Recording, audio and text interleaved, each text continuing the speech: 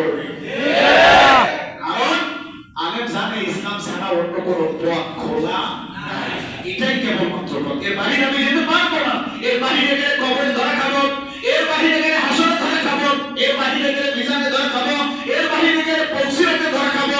সুতরাং মুসলিম হিসাবে আপনার আমার মানা দরকার, যদি ইসলাম প্রতিষ্ঠিত করতে চাই আলেম ওলামা, পীর বুজুর্গ, পীর মাশায়েখ, আউলিয়া কেরাম যারা রয়েছে, সাহাবায়ে কেরাম যারা রয়েছে, নবী ওয়ালা যারা রয়েছে, মিলাতে হবে ওই নবীদের সাথে সাহাবীদের কথার মিল আছে কিনা, সাহাবীদের সাথে তাবিঈদের কথার মিল আছে কিনা, তাবিঈদের কথার সাথে তাবিঈদের কথা মিল আছে কিনা, তাবিঈদের কথার সাথে আউলিয়া কেরামের কথার মিল আছে কিনা, আউলিয়া কেরামের কথার সাথে সমাজের ওলামায়ে কেরামের কথার মিল আছে কিনা, সর্বোপরি মিলাতে হবে।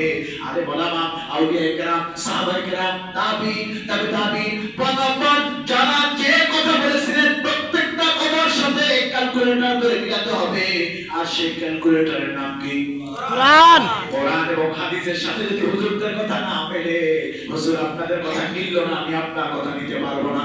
আর যদি কোরআন এবং হাদিসের কথা অনুযায়ী হুজুরদের কথা মিলে যায়, আপনার হুজুরদের কথা মানতে বাধ্য। এর বাইরে আপনি চলতে পারবেন না, আপনি ক্ষতিগ্রস্তদের কাতারে দাঁড়াবেন। আলিমান, মুতাআল্লিমান, মুস্তামিলান আর মুহিব্বান ওয়ালা তাকুন খাবিসান ফাতুহলিকা। আলেম হও, আলেমের ছাত্র হও, আলেমের খেদমত করো, কিংবা আলেমকে ভালোবাসো, এর বাইরে যাও না, ফাতুহলিকা, ধ্বংস হয়ে যাও। আমার ভাইরা